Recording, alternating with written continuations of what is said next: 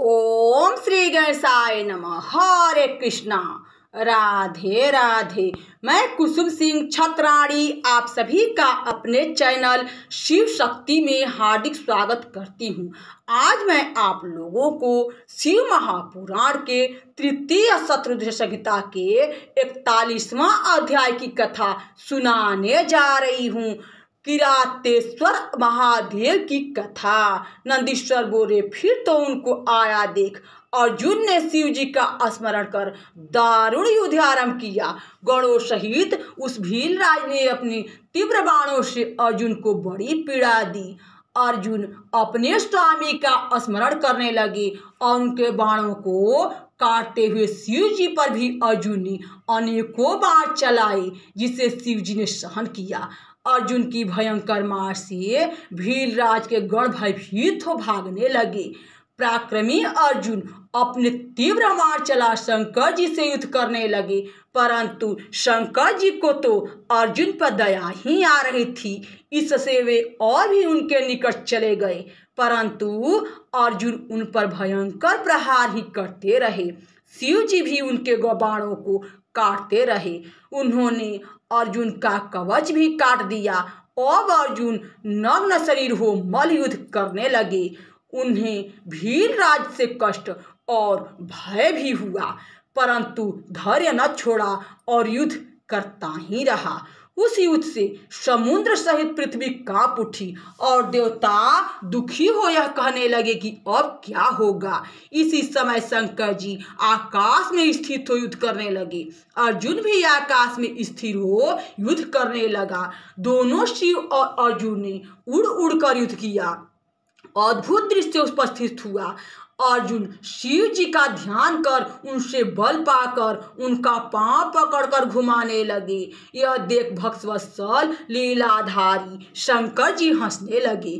फिर तो भक्त के वश उन्होंने अर्जुन को अपना अद्भुत सुंदर रूप दिखाया। अर्जुन को आश्चर्य हुआ। उन्हें अपने पर बड़ी लज्जा आई। उन्होंने कहा, यह तो मेरे प्रभु साक्षात शंकर जी हैं। हाँ, इन त्रिलोकीनाथ से मैंने युद्ध क्यों किया। भगवान की बलवती माया यो जो न करा डाले। प्रभु ने अपना रूप छिपाकर मुझसे युद्ध किया। अर्जुन अपनी बुद्धि में ऐसा विचार कर हाथ जोड़ा सिर झुकाकर शंकर जी को प्रणाम करने लगे। फिर खेद खीन हो बोले, हे देवाधिदेव शंकर, हे करुणा के सागर सवेश, हे महेशान, हे शंभु, मेरे अपराध को क्षमा कीजिए। हे प्रभु, यह आपने क्या किया। आपने अपना वेश छिपाकर मुझे क्यों छला है। आप जैसे स्वामी से युद्ध करने वाले मुझको धिक्कार है, धिक्कार है, धिक्कार है। इस प्रकार का पश्चाताप करते हुए पांडव पुत्र अर्जुन महाप्रभु शंकर के चरणों में गिर पड़ा। तब अर्जुन को आश्वासन देते हुए शंकर जी बोले, हे पार्थ, तू खेद मत कर। तू मेरा बड़ा भक्त है। यह तो मैंने तेरी परीक्षा ली है। तू शोक त्याग दे। ऐसा कहते हुए शंकर जी ने अर्जुन को अपने हाथों से उठाकर अपने गणों से समझाकर उनकी लज्जा छुड़ाई। फिर वीरों में माननीय अर्जुन को प्रसन्न करते हुए भक्तवत्सल एवं कल्याणकारी शंकर जी बोले, हे अर्जुन, आज मैं तुझ पर इतना प्रसन्न हूँ कि तेरे इन प्रहारों को भी मैं अपनी पूजा ही मानता हूँ, क्योंकि तुमने अपनी इच्छा से अपराध नहीं किया है। इसमें तो मेरी ही प्रेरणा थी। अतः जो इच्छा हो वह वर मांग। मैं तेरा यश और राज्य स्थापन करने के लिए ही यह कल्याण किया है। तू इसका दुख न कर और सारी चिंता त्याग दे। अर्जुन ने कहा, हे प्रभु, मैं आपकी कीर्ति का वर्णन क्या कर सकता हूँ, किंतु मैं इतना ही जानता हूँ कि आप बड़े ही कृपालु हैं। ऐसा कह अर्जुन भक्ति पूर्वक भगवान शंकर की यह स्तुति करने लगा। हे देवाधिदेव, हे कैलाशवासी, हे सदाशिव जी, आपको नमस्कार है। हे कपर्दी, हे त्रिनेत्र, प्रसन्न रूप और सहस्त्र शरीर वाले प्रभु, आपको नमस्कार है। हे नीलकंठ, हे वृषभध्वज और हे सधोजात रूप तथा बाएं अंग में स्थित पार्वती पति शंकर जी, आपको नमस्कार है। हे हाथ में डमरू तथा कपालधारी 10 भुजा वाले परमात्मन, आपको नमस्कार है। हे मुंडमालधारी, आपको नमस्कार है। हे बाघंबर ओढ़े हुए हस्ती चर्मधारी, अंगों में सर्पधारी और सिर पर गंगा जी को धारण करने वाले, आपको नमस्कार है।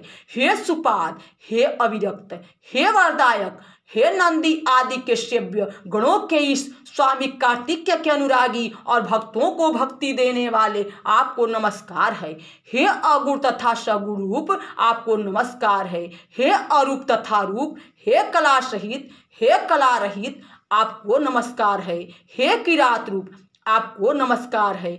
हे मुझ पर कृपालु युद्ध प्रिय, आपको नमस्कार है। हे वीरों को लीला दिखाने वाले, आपको नमस्कार है। और हे प्रभु, यह दृष्टिगत होने वाला समस्त आप ही का तेज है। अन्वय भेद से आप ही त्रिलोकी में ज्ञान स्वरूप हैं। आपके गुणों की संख्या नहीं है, आपके गुणों को वेद भी नहीं गिन सकता। फिर मुझ मूर्ख की तो बुद्धि ही क्या है जो अपने गुणों का वर्णन कर सकूं। हे महेशान, हे शंकर, आप जो है वही है। मुझ पर कृपा कीजिए, मैं आपका दास हूँ, आप मेरे स्वामी हैं। अर्जुन का ऐसा वचन सुनकर भगवान शंकर हंसते हुए अर्जुन से बोले, बहुत कहने से क्या लाभ है, मैं जो कहता हूँ सुनो। तुम मुझसे वर मांगो, मैं तुझे सब कुछ देने को तैयार हूँ। अर्जुन ने कहा, हे विभु, मैं क्या कहूँ, आप तो सबके अंतर्यामी, शत्रुओं से मेरा संकट तो अब छूट ही गया जब आपके दर्शन हो गए। परंतु अब जैसे इस श्लोक में मुझे सिद्धि प्राप्त हो वह आप कीजिए। ऐसा कह अर्जुन हाथ जोड़ सिर झुका शंकर जी को नमस्कार कर बैठ गया।